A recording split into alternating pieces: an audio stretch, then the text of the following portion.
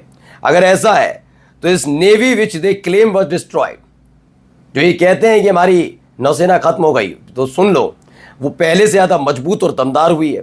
और इसका सबूत ये है कि आज भी दुश्मन देशों के बड़े बड़े युद्धपोत हमारे से 300 किलोमीटर का फासला बनाकर रखते हैं। अभी तक तो ये दावे ट्रंप के ही थे अपने, लेकिन ट्रंप के दावों को झुटला दिया अमेरिका की डिफेंस इंटेलिजेंस ने।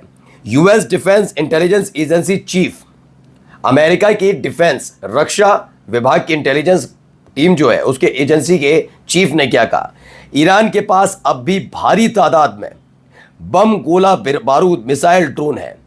एबीसी रिपोर्ट है कि यूएस का इंटेलिजेंस विभाग भी मानता है कि ट्रंप के दावे सिर्फ हवाबाजी हैं। वो खुद भी जानते हैं ट्रंप की ईरान के पास भारी तादाद में मिसाइल भी है, ड्रोन भी है, और ऐसे में वो सिर्फ दावे करके निकल जाते, जुबानी खर्च है। हकीकत में ईरान की ताकत पर कोई असर नहीं पड़ा है। अब आते हैं एक और खबर पर। आपको याद होगा जब 40 दिनों तक संघर्ष चला तो अमेरिका को सबसे ज़्यादा नुकसान भुगतना, इजराइल को भुगतना पड़ा। ईरान को भी हुआ, इजराइल को भी भुगतना पड़ा, लेकिन अमेरिका को इस लिहाज से कि अमेरिका को लगता है कि वो महाशक्ति है और किसी के भी देश में घुसकर कभी भी वेनेजुएला वाली हरकत कर सकता है। ठीक है, तो इन सब के बीच खबर क्या निकल कर आई? खबर हमने आपको दिखाई थी, कई सारे जेट मार गिराए गए, कई प्लेन मार गिराए गए, खास तौर पर ब्लैक हॉक मारा गया, ड्रोन मारे गए, बहुत कुछ नुकसान हुआ। इसमें जो सबसे ज़्यादा जेट मारे जा रहे थे वो एफ सीरीज़ के थे। तो ये एफ सीरीज़ के जेट को बड़ा आसानी से निशाना बनाने का तरीका ईरान तक पहुंचा कैसे? तो खबर से निकलती है बात। खबर क्या है? 2 Israeli air force engineer arrested for sending classified information on F-15 fighter jets to Iran. ये अजदोद में जो तेल नौफ एयरबेस है वहाँ पर काम कर रहे थे। वहाँ से कई सेंसिटिव टेक्निकल डॉक्यूमेंट्स और कई तरह के ट्रेनिंग के फोटोज़ इन्होंने ईरान भेजे थे। फिलहाल इन दोनों को गिरफ्तार किया गया है। माना जा रहा है कि इसी तरह की जानकारियों का फ़ायदा उठाकर ईरान ने सटीक वार किए और हालत ये हो गई कि एफ सीरीज़ के ज़्यादातर जेट मार गिराए। F-35 और 15 को सबसे ज़्यादा नुकसान पहुंचा। तो इसका एक ये भी तरीका है, वो मोसाद एजेंट इस देश में उस देश में कहते रह गए। इधर ईरान ने इजराइल की सेना में सेंधमारी कर दी। अब एक और खबर है कि ईरान ने अनाउंस कर दिया है, it targeted A US intelligence centre and oil refineries in the UAE and Bahrain. उन्होंने कह दिया है कि यूएई और बहरीन में उनकी ऑयल रिफाइनरी से लेकर अमेरिका के जो इंटेलिजेंस सेंटर है उसको निशाना बनाया जाएगा। एक बार फिर से ईरान की तरफ से इसलिए ऐलान करना पड़ा है कि सीज फायर कल खत्म हो चुका है। 22 तारीख कल निकल गई, आज 23 तारीख है। आज से चीज़ें भी पलट रही हैं। इराक में हमले शुरू हो चुके हैं, इधर समंदर में शिप को कब्जे में लिया जा रहा है। अब इधर ये कह दिया कि खाड़ी देश भी तैयार है, हम आप पे हमला नहीं करना चाहते, लेकिन इसकी एक ही शर्त है, तभी आप बच सकते हैं जब आप अमेरिका के सैनिकों को अपने हाथ से निकालते हैं, उनको आप बाहर करिए। हम फौरन कहते हैं, दावा करते हैं कि आपके एक भी जगह और हमला नहीं करेंगे।